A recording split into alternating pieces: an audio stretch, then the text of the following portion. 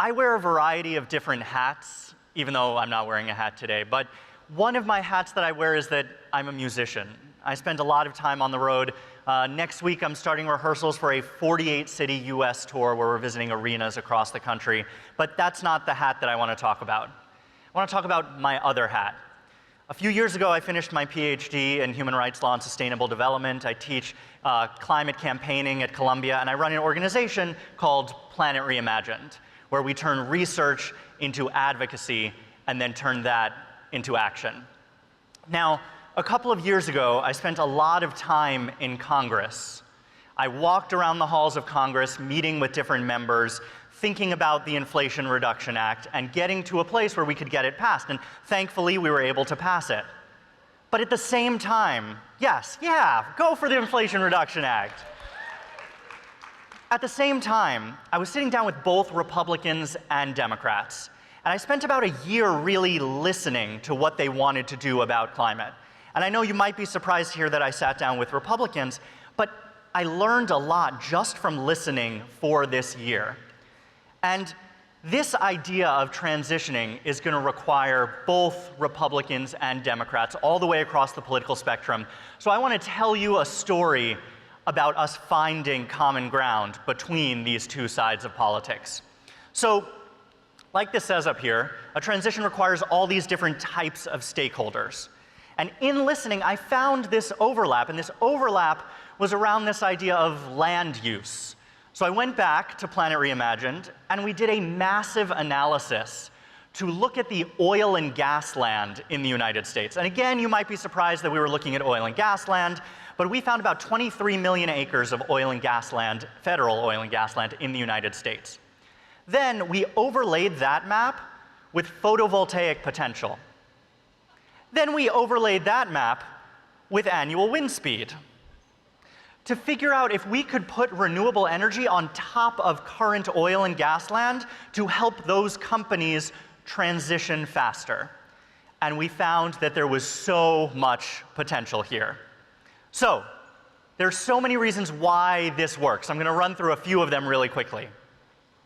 Environmental reviews, for those of you who don't know, are incredibly long and incredibly tedious. If we're looking at this land that already has oil and gas on it, the environmental review process has already been done. Even if it's not the same type of environmental review process, the data has already been collected, so it cuts years out of the permitting process. Number two is the space.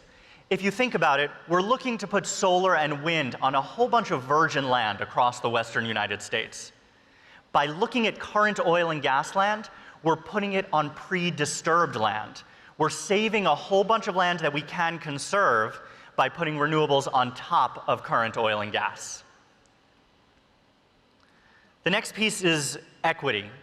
And this was a really important thing for me to learn. In the West, so much of the revenue from oil and gas ends up funding schools and hospitals. And a lot of these leaseholders are afraid that the school funding and the hospital funding is going to decrease as we're moving away from fossil fuels. We found a way through renewables to fill the gap in that budget. And then lastly, was the most surprising thing for me.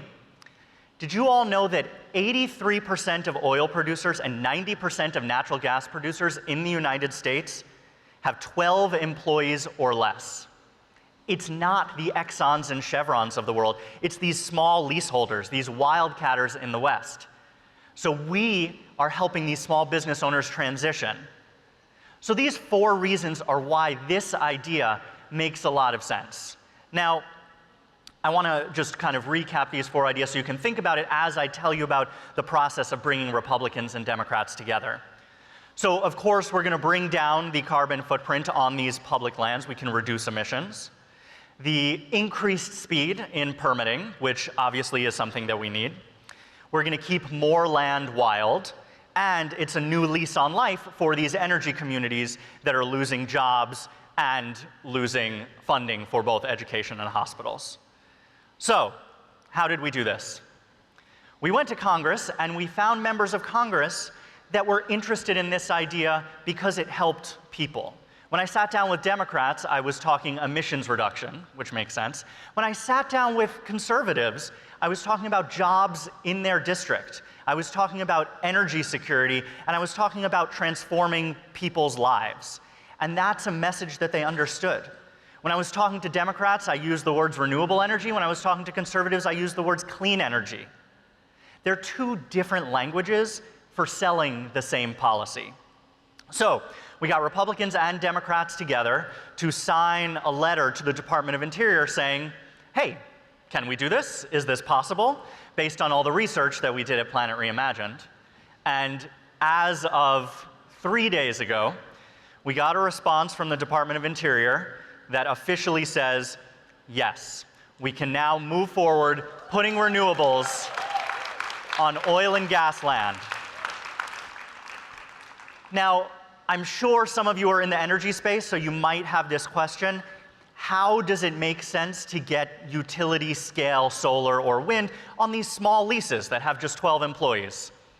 We thought about that. So we thought of this model of creating consortiums. So right now, this next step is we are working with small leaseholders in the West, in places like New Mexico, in Colorado, in Utah, creating consortiums of these small leaseholders, putting them together, and then creating purchasing power agreements with the large utility scale solar and wind. So each individual doesn't have to negotiate themselves, but then there's huge potential across these places for new renewable energy. And so what's the next step?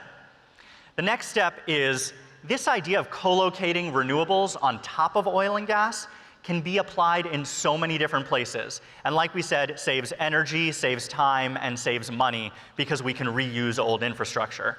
Whether it's geothermal, looking at state land, federal land, looking at offshore, think about it. So many offshore oil rigs, we can put renewables, we can put wind on top of it.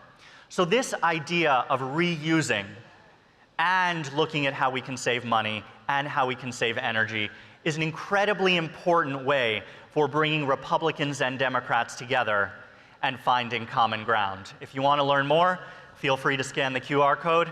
Thank you all so much for listening.